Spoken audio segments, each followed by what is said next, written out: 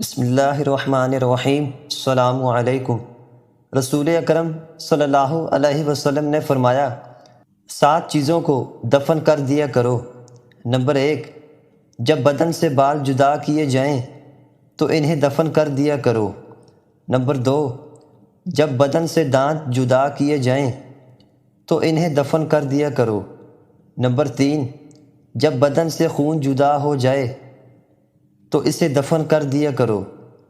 Number 4، جب بدن سے ماہواری کا خون جدا ہو تو اسے دفن کر دیا کرو۔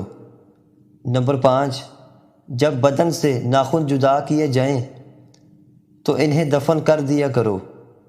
نمبر 6، جب بدن سے بچے کا ناڑا کاٹا جائے تو اسے دفن کر دیا کرو۔ نمبر 7، جب بدن سے ختنہ کیا جائے تو کاٹا گیا ٹکڑا دفن کر دیا کرو۔